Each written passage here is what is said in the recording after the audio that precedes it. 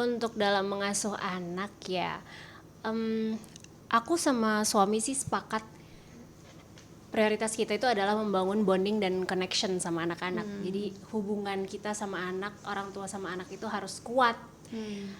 Jadi mungkin kalau didikan kebanyakan angkatan kita dulu kan kayaknya ada kasta ya orang tua anak gitu. Nah itu tuh kadang create jadi ada gap, anak-anak tuh jadi takut sama orang tua. Terus kalau dinasehatin sama orang tua tuh jadinya malah ya kadang suka mental gitu, masuk kuping kanan atau enggak masuk kuping kanan keluar kuping kiri. Tapi kalau aku sama suami sepakat kita bikin suasana yang nyaman dan aman di rumah. Kemudian kita respect satu sama lain, kita respect anak supaya anak juga respect kita. Jadi kalau dia udah merasa nyaman gitu di rumah, dia mau nangis, dia mau marah itu nggak dilarang gitu loh. Jadi anak-anak itu divalidasi emosinya. Nah kalau misalkan dia nangis nggak dilarang, kayak anak cowok nggak boleh nangis, anak cowok harus kuat jagoan gitu, gitu doang masa sedih, nggak kayak gitu.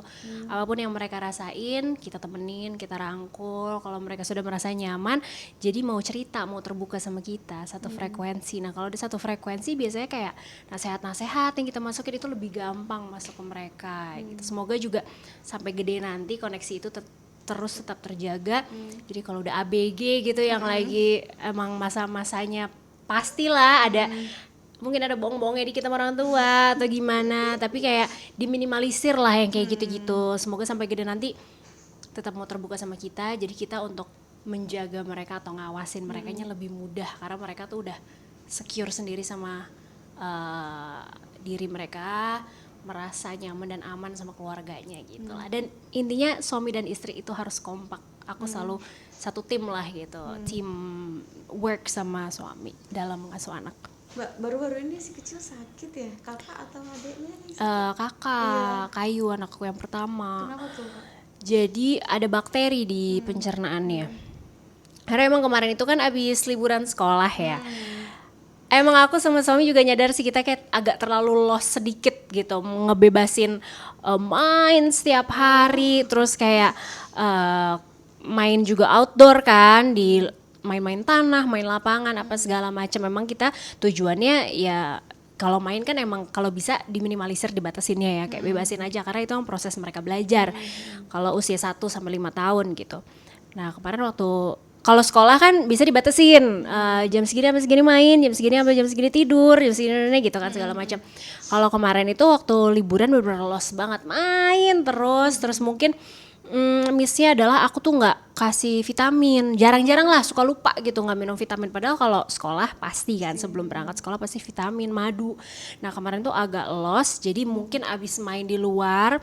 Aku ingat banget sehari sebelum dia sakit itu tuh abis main di luar sama sepupu-sepupunya, main tanah apa segala macam. Setelah itu sih cuci tangan dulu, baru kita pulang, baru makan segala macam. Cuman mungkin ketika proses dia lagi main, nggak sengaja dia garuk-garuk mungkin atau apalah gitu, kita nggak tahu bakteri itu masuk. Jadi hari pertama sekolah dia muntah, pulang-pulang sampai rumah diare, itu sampai 3 hari. Jadi baru masuk sekolah langsung bolos lagi. 3 hari kayak gitu ya aku takutnya dehidrasi gitu. Kalau orang tua kan diare itu bisa di stop ya, bisa di stop. Dan kalau emang kita disiplin harus minum yang banyak menggantikan cairan tubuh yang keluar kita bisa. Tapi kalau anak kecil kan susah ya untuk diandalkan, harus minum yang banyak segala macam. Jadi itu 3 hari pucet, bibirnya kering, takut dehidrasi lah pokoknya. Akhirnya aku, suami dan dokter sepakat dirawat inap. Akhirnya rawat inap 4 hari. Terus alhamdulillah sih sekarang lagi recovery di rumah. Kadang masih suka ngeluh perutnya sakit misalkan itu karena beberapa, misalkan kalau dia minum susu sebenarnya nggak boleh ya, cuman dia kayak aku pengen banget susu karena udah kebiasaan setiap hari minum susu. Aku kasih nih 1, sakit perut lagi, kayak oh yaudah oke, berarti nggak boleh. Jadi benar-benar harus dijaga banget sekarang pencernaannya. Zaman sekarang maksudnya sekarang ini nih lagi musim, banyak banget temen-temen aku juga cerita, iya kemarin anak gue kena juga pencernaan segala macam. Jadi pesan buat moms and dads, jangan sampai lupa kebersihan anak-anak diperhatiin banget. vitamin jangan lupa, makanan harus yang sehat supaya imun sistem mereka kuat. Kalau ada bakteri, virus supaya bisa dilawan. Mbak Libra sama-sama punya anak kecil ya. Mbak Ovidian juga anaknya sakit juga. Mungkin seperti apa sih sebagai sahabat ya ngelihat udah dikasih tahu atau gimana gitu soal komunikasi sama Mbak Ovi? Pasti aku prihatin banget. Walaupun aku nggak tahu persis gimana rasanya jadi ada di posisi Ovi sekarang karena aku tidak pernah ada di posisi itu, tapi sebagai ibu kita pasti relate, gitu. Maksudnya ngerti lah gimana stresnya, beratnya, bebannya ada di posisi itu. Jadi aku cuma bisa bilang Ovi semangat. Saling menguatkan juga sama suami, seluruh keluarga. Aku tahu ini berat, masa-masa yang berat, tapi kamu pasti bisa laluin ini. Dan kita semua kirimkan doa yang terbaik untuk anak, semoga cepat pulih. Kemudian banyak yang sayang sama kamu, sama anak, sama seluruh keluarga. Insya Allah, Allah akan kasih yang terbaik, segera memulihkan baby. Mbak Libra, tapi dikasih tahu gitu nggak sih langsung sama Mbak Ovi gitu? Kebetulan untuk personally belum cerita, cuman ya pasti aku dengar kabar lah dari teman-teman juga kan. Nah jadi kadang aku juga mau cari celah untuk reach out ke Ovi-nya juga, takut menambah beban yang udah dia ini kan, karena pasti lagi kepikiran banget deh, yakin. Kalau anak sakit, orang tua dimanapun tuh pasti pusing ya, pasti kerasa bebannya luar biasa. Jadi cukup aku doain dari jauh aja lah gitu. Tapi tahu nggak kalau katanya juga sempat kayak gagal ginjal, gitu, terus cuci darah gitu, maksudnya di usia yang 6 bulan gitu ya. Itu kan bawaan dari lahir ya. Jadi karena bawaan dari lahir walau alam kita nggak ada yang tahu gitu. Emang ya itulah, manusia itu hanya bisa berusaha, punya rencana, tapi itu semua suratannya udah ada yang atur.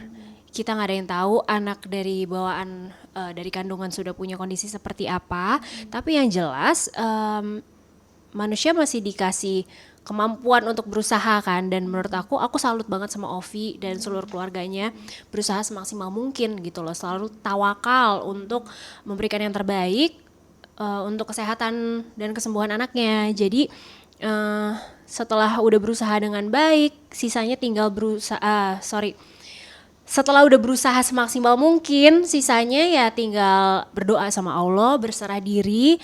Insya Allah akan kasih hasil juga yang baik.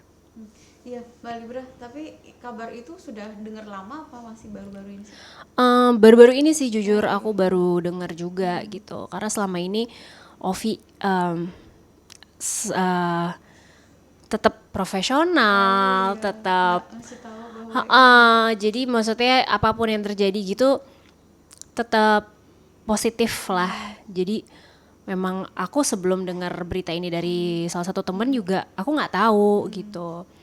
Kalau dari iya sih, jadi dari aku doain yang terbaik aja, ikut prihatin banget karena ya gitu, kemarin maksudnya anak sakit gitu aja aku udah deg-degan segala macam, udah segala rencana yang aku punya di hari itu buyar semua dibatalin, fokus ke anak gitu. Jadi ya itu, aku kebayang sih bebannya yang ada di Ovi. Cuman hebat, aku salut sama Ovi sama suami. Aku salut banget sama Ovi, suami dan seluruh keluarga yang tetap kuat, semangat, dan berusaha terus memberikan yang terbaik. Insya Allah setelah berusaha semaksimal mungkin, tinggal tawakal, berserah diri sama Allah. Let God do the rest, let God and universe do its magic. Oke. Terima Ya, kasih. terima kasih.